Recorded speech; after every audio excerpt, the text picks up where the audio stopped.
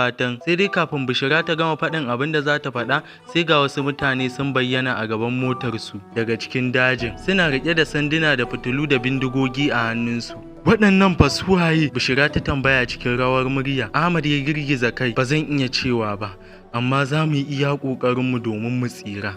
Direba kawai ka ƙara gudu ka bi ta kansu mu wuce kawai. Ai kuwa haka aka yi, direba ya ƙara wa motar tasa gudu, amma kafin ya san abin yi sai ya ji an buge gilashin motar ta gaba. Sai suka samu suka kubce ba tare da ɓata lokaci ba. Sai suka seta wa motar su Ahmad kan bindiga, sannan suka harbi tayar motar. Da ƙarfi motar ta bauɗe tare da bugun wata bishiya. Ba za ka taɓa sa ran cewar za a samu koda mutum rayayye ɗaya bane a cikinsu. Shugaba, ɗaya daga cikinsu ya ce, umarninka kawai muke jira, shin mu ƙarasa ne ko kuwa? A hankali suka leƙa ta bayan gidan, sannan suka tsallake katangar. Duk da sautin kiɗan bikin da yake tashi kuwa, hakan bai hana zuciyarsu bugawa ba, saboda suna tsoron kar asirinsu ya tonu.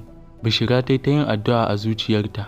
Ya Allah ka kare mu, ka sa mu tafi inda za mu a sa'a ba tare da an gano mu ba. Bayan sun shiga motar da ke jiransu, direba ya tada motar cikin sauri. Sai dai kafin su bar unguwa, wata mata daga cikin 'yan rawa a gurin biki ta lura da motar da kuma amaryar da take ciki. Nan fa ta buga tsalle tare da ihu, sannan ta ce, sun gudu, sun gudu, sun gudu! Amarya ta gudu! Cikin ƙanƙanin lokaci hayaniya ta tashi a wajen bikin. Maza da mata suka fara baro filin rawar da gudu domin su kamo Ahmad da Bishira. Ahmad ya yi wa direban magana cikin sauri. Ka ƙara gudu, kada su kamo mu. Direba ya ƙara wa motar gudu, amma sai suka ga wata motar daga cikin unguwar ta fara bin su a guje. Bishira ta jingina jikinta da Ahmad tana kuka, sannan ta ce, Ahmad, me zai faru idan har suka kama mu? Wani kalan mataki za su ɗauka? Ni na san cewar idan har suka kama mu, to lallai mu da mallakar junanmu har abada. Ahmad ya riƙe hannunta sannan ya ce, kada ki damu. Wannan rayuwar tamu ce, kuma ba za mu taɓa bari kowa ya ƙwace mana ita ba. Motar da ke bin su ta ƙara gudu sosai har ta kusa cin musu. A wannan lokacin ne direban ya yi saurin shan wata kwana mai tsauri, har motar ta kusa kubcewa a hannunsa. Amma da ikon Allah sun samu sun ɓace wa ɗayar motar da take bin su. Ko da suka ga hakan, sai direban ya ɗan rage gudu, sakamakon suna a cikin daji ne. Ahmad ya duba Bishira cike da ƙauna tare da alamun wasa, sannan ya ce, Bishira, ba za mu sake komawa gida ba ko? Bishira ta gyaɗa kai tana murmushi da hawaye a idanunta. Ahmad, na amince da kai, ina fatan. Sai dai kafin Bishira ta gama faɗin abin da za ta faɗa, sai ga wasu mutane sun bayyana a gaban motarsu daga cikin dajin. Suna riƙe da sanduna da fitilu da bindigogi a hannunsu. Waɗannan fa su waye? Bishira ta tambaya cikin rawar murya. Ahmad ya girgiza kai. Ba zan iya cewa ba, amma za mu yi iya ƙoƙarinmu domin mu tsira.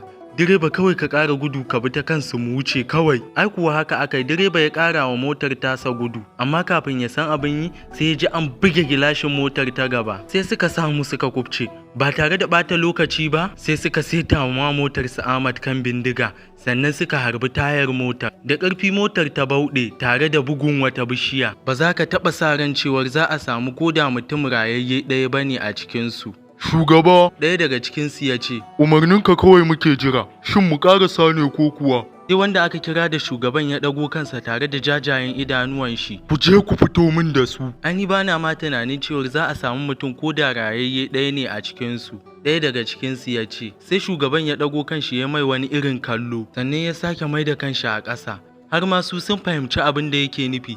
Sai suka nufi wajen motar a nan take, suna ƙarasawa. Sai ɗaya daga cikinsu ya buɗe ƙofar motar. Motar ta kwankwatse gaba ɗaya. Wanda ya buɗe ƙofar motar ya dudduba su, ya ga babu alamar mai numfashi a cikinsu. Sannan ya ɗago kanshi ya ce, Shugaba, ai duk sun mutu, babu mai ko alamar numfashi a cikinsu. Sai shugaban ya umarce su da su wuce. Bayan sun wuce, sai da safe sai Bishira ta motsa hannunta. Sai bayan rana ta ƙwalle sosai, yayin da rana ta buge su sosai, sai Bishira ta fara farkawa. Tana tashi sai ta gansa a dokar daji, sai ta ƙwalla wani irin ihu. Sannan ta ce, na shiga uku, na lalace, shikenan na rasa masoyina. Da ƙyar ta samu ta ja jikinta har ta matsa inda Ahmad ɗin yake, a kwance magashiyan. Bayan ta ƙara saye ta fara girgiza kanshi, tana cewa, don Allah ka tashi wallahi idan na rasa ka shikenan rayuwata ta lalace, na shiga uku. Da ƙyar ta samu ta ɗan zagaya a cikin wannan dajin, sannan ta nemo ruwa. Bayan ta yayyafa mai wannan ruwan, shiru kake ji, ko alamar motsi babu a tare da shi. Ita a halin da take ciki ta ma manta da direban, domin ma ita ta kanta take yi da masoyinta. Sai a lokacin ta tuna da shi, da sauri ta matsa kusa da shi sannan ta watsa mai ruwan shi ma. Ai kuwa sai ya yi ajiyar zuciya, sannan ya tashi, yana tashi sai ta ƙara fashewa da kuka sannan ta ce ya mutu don Allah ka taimaka min, ka ce ya tashi, ka taimaka min don Allah. Ko da direban ya ƙarasa kusa da shi sannan ya tabbatar mata da cewar ya mutu, sai ta ƙara fashewa da wani kukan, inna lillahi wa inna ilaihi raji'un, na shiga uku, na lalace, ka taimaka min. Nan fa Bishira ta fara hauka ta biran, bata ƙara shiga tashin hankali ba sai da ta ga direban yana haƙan domin ya birna masoyinta wato Ahmad. Wayyo na shiga uku, dan Allah ka taimaka min, kar ka birne shi. Nan fa da direban ya ga lallai hauka take yi ta biran, sai ya kyala Ahmad ɗin a gefe bai birne shin ba, amma kuma sai suka ƙara tsayawa a gurin. Bayan sun ɗauki ɗan wani lokaci, ta ƙara dawowa hayyacinta, sai ta ce mawa direban, ina gawar ɗin? Sai direban ya ce, tana can, na ije ta a bayan kogon nan. Sai ta ce, to ya ɗauke ta da ita da ɗin ya mayar da ita gida, a je a yi mawa Ahmad ɗin sutura a can, sannan ita kuma ta nemi gafarar iyayensu. Ha, lallai ai kin riga kin shigo hannuna. Ki sani cewar na daɗe ina buri da muradin kasancewa tare da ke.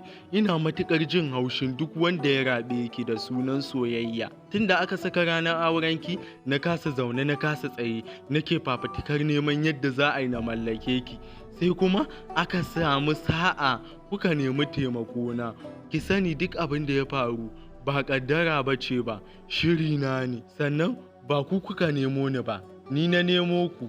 Sannan kuma ina so ki kaddara cewar duk abin da kika ga ya faru to ba kaddara ba ce ba, shiri na ne, ciki kuwa har da wa'innan mutanen da suka tare mu a hanya.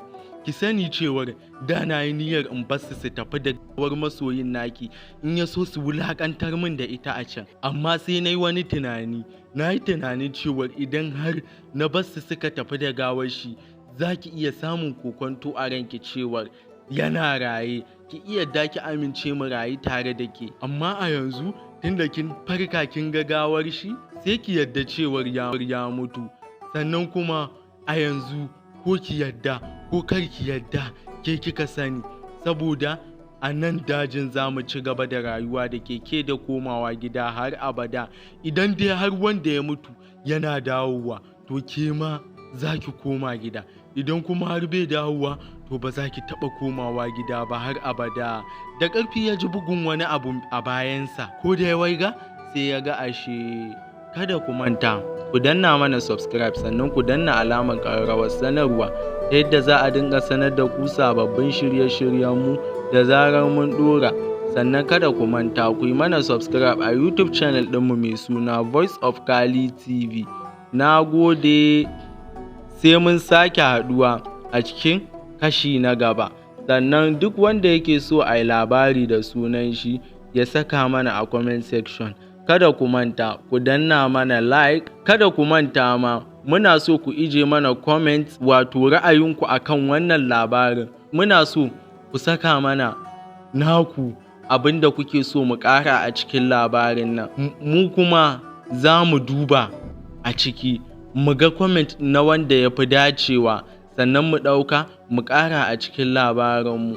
Mun gode, kada ku manta ku sharing tare da 'yan uwa da abokan arziki. Na gode.